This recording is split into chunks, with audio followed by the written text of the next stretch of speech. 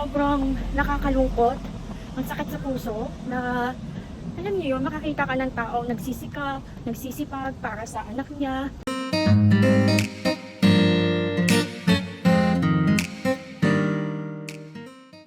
Hello guys! Ngayon ay pupunta ako sa isang friend ko. Dadalhin ko sa kanya yung suman. Bumili kasi kami ng suman at dito sa akin dumating. Dalawa yung in-order namin, assorted po siya. So, sa akin dumating and ngayon magkikita kami kaya yun, dinala ko na din para makuha na niya yung suman niya. Sobrang init na dito sa Busan. Pero ayon sa weather forecast, next week, medyo magkakaroon ng mga paunti-unting pag-ulan. Ano to? Nagbabalita no? So, magkakaroon ng konting pag-ulan, pag-ambon next week, kaya kahit na paano is hindi magiging mainit next week. Pero, ngayon talaga napakainit. And kung nakikita nyo, yung aking buhok ay basa pa kasi kakaligo ko lang. At hindi na ako nag-abalang mag hair dryer kasi mamaya, mga ilang minuto lang, tuyo na to. So, i-enjoy ko na lang muna yung aking basang buhok. Ang daming bata ngayon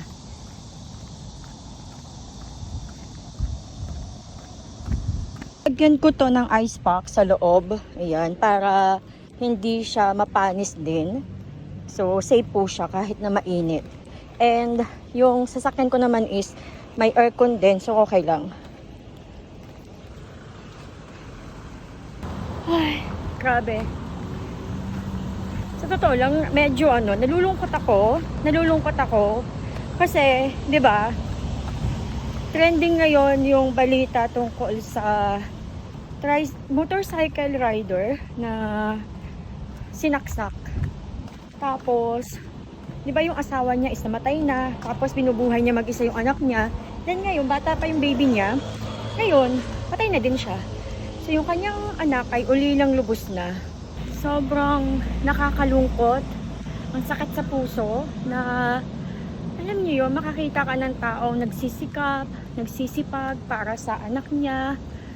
Yung talagang honest na naghahanap buhay. Tapos 'di ba biglang nahiya ako kasi may store dito. So may nakatingin na mga Korean. So kaya na-distract ako, pasensya na. So ayun nga, nakakalungkot, sakit sa puso talaga. Ay, Pilipinas, what is happening? Tayo ng 3008. Ayan yung sasakyan ko, 3008.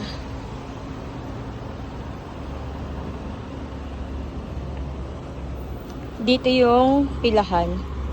Doon, blue bus yung magi-stop dyan. 6 minutes pa yung aantayin natin, so okay lang. Alam mo yon, yung nakakalungkot guys sa Pilipinas. Magandang Pilipinas, di ba? Mga tao din, syempre mga hospitable, friendly, ganyan. Kaso, dumadami na din talaga yung mga addict, mga lulong sa droga. Tapos, alam mo yung gobyerno na mga kurap, diba? Corruption, sobrang lala. Kawawa yung mga yung mga mahihirap talaga na tao na walang ibang choice kundi syempre magtatrabaho, diba? Minsan panggabi, diba?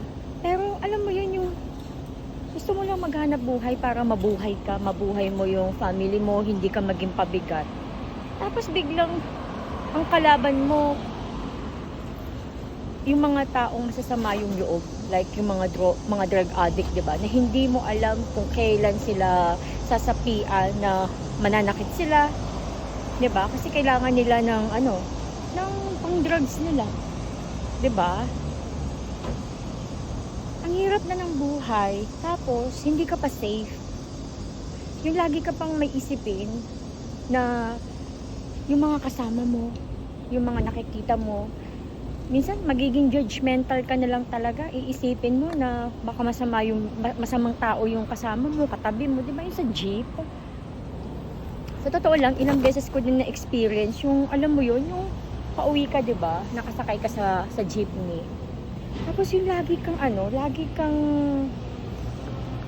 kang overthinking.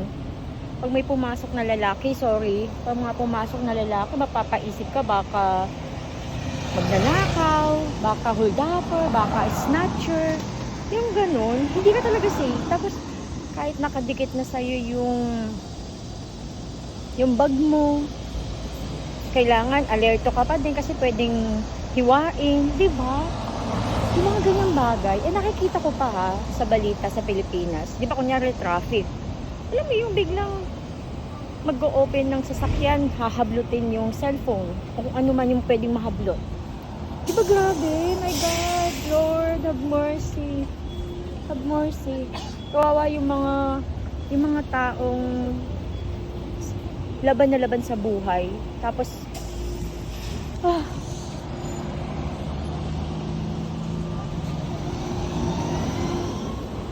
Tapos 'di ba, imbis na yung gobyerno gagawa ng paraan para magbayad like mga tanod, mga pulis na tututok doon sa mga lugar na madidilim, na delikado, na madalas may mga magnanakaw, snatcher, dapat magtatalaga sila doon na magbabantay, pero wala silang gagawin.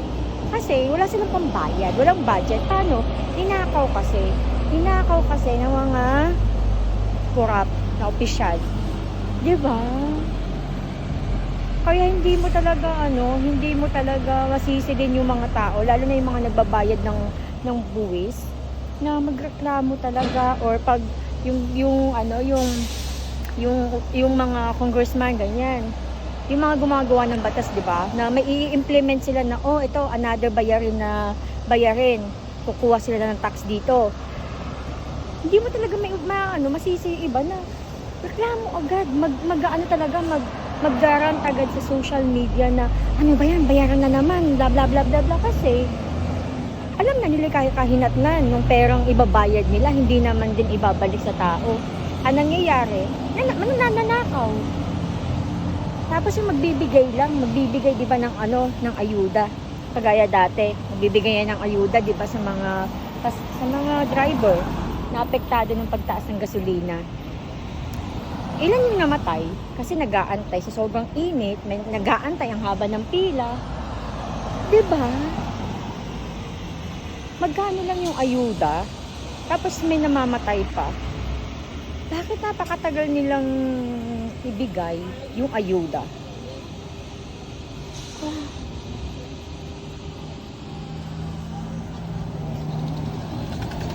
Sobrang nakakalungkot sa totoo lang. Ayaw mong alam mo, nakakalungkot kasi, di ba, nandito ako sa Korea, mga sis.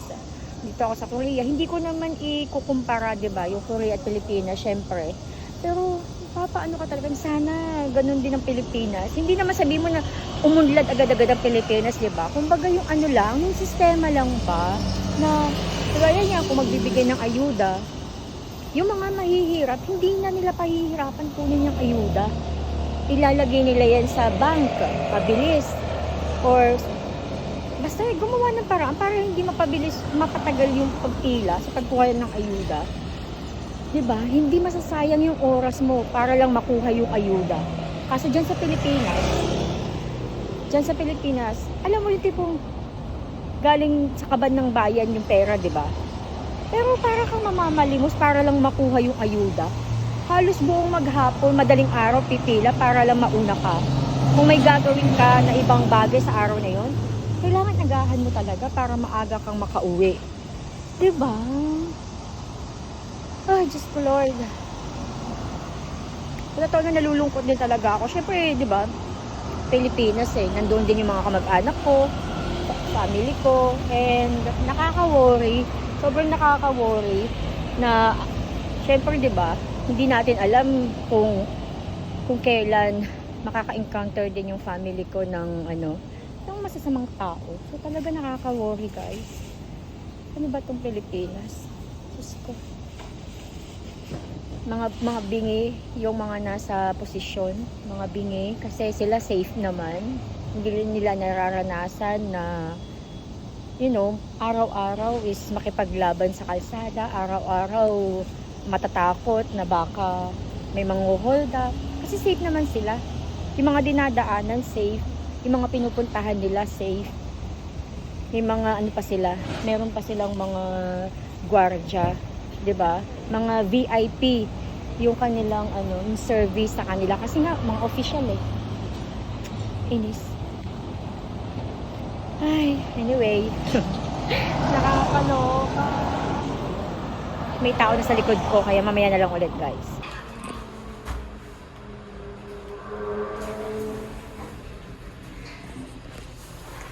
Lalabas na naman tayo, guys. Di ba kanina, nasa ano ako? Kanina is umalis din ako. Tapos nakauwi ako ng mga 7:10. Tapos nagluto ako ng dinner ni Mr. Dax. And ngayon ay maghahatid ako ng suman. Kasi yung suman na natanggap ko kanina ay i-share ko sa kaibigan ko dito sa amin. I-share ko. 3 peraso lang yung ibibigay ko sa kanya. And meron din siyang ibibigay sa akin na dinuguan. Nagluto siya. So, I'm excited. Medyo madilim na dito. Kaya pagpasensyahan niyo na kung hindi na ako masyadong makita. Madilim na siya kasi gabi na. Ngayon ay almost 8 PM na po.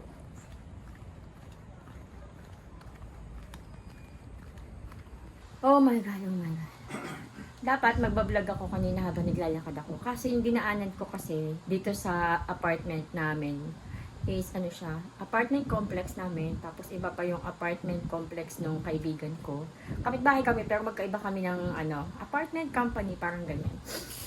Medyo madilim yung mga nilakaran ko. Hindi naman madilim. Kumbaga pag nag-vlog ako, madilim siya. So hindi na ako nag-vlog. And grabe, sobrang init. Actually, mahangin naman kanina. Naglalakad ako papunta dun sa kaibigan ko. Tapos, nung pabalik na ako, sobrang naramdaman ko na yung init. As in, sobrang init. Tingnan mo, tagaktak ako ng pawis. Sumasakit yung ulo ko. Kailangan ko lagi ng tubig. Anyway, ito yung binigay sa akin ng kaibigan ko. Ito, para din siyang nuts, pero black yung kulay. Niluto niya to kahapon daw ata, kanina. Tapos ito naman is peanut. Ayan. Tapos, dalawa itong maliliit. Ayan, ang cute ng lagayan. Cute. Tapos, binigyan pa niya ako sinamahan pa niya ng crackers. Tapos, ito yung pinakaantay ko. Umaya. Oh my God! Ayan. Ay! Yung dinuguan. Sobrang favorite ko po talaga yung dinuguan. At magaling magluto ng dinuguan yung aking mama. At syempre, nasa Korea tayo. So, hindi ako nakakakain ng dinuguan. At hindi ko alam paano magluto ng dinuguan. Never ko tong natry. Never ko siyang natry magluto kahit nasa Pilipinas pa ako. So, ayoko siyang subukan. Kasi, dugo yan, di ba? So, hindi ko alam kung paano gagawin. Kaya, umaasa na lang ako sa, pag may nagbibigay. Pag may nagbibigay. Kasi pag in-order mo din siya, syempre food, di ba? So, medyo mahirap din na o-order ka. Tapos, summer pa. Kaya, yun. And, minsan, sa mga party-party, pag may birthday, may dinuguan. So, doon na lang ako umaasa. Kaya ngayon, yung friend ko is nagluto. I'm so happy. Sobrang happy talaga kasi nga, busog tummy na naman ako. And ngayon, 'di ba, galing ako dun sa kaibigan ko din, nag-dinner kami. Gusto ko sanang tikman yung dinuguan, pero busog pa ako. As in, busog pa ako. Kaya bukas ko na lang siya titikman. Oo. So, ayun lang guys. Maraming salamat sa pagsama sa aking vlog na to na medyo cut-cut. 'Di ba? Pasensya naman po. Kasi ganun talaga ang buhay. Anyway, thank you. Mag-iingat po kayo dyan sa Philippines. 'Di ba? Mag-iingat po kayo sa dami ng mga nangyayaring masasama. I'm praying na okay lang kayo, and God bless you, God provide all your needs, and don't forget to always pray morning and night, and read your Bible. Sobrang the best po. Ayun lang guys, maraming salamat. Bye-bye!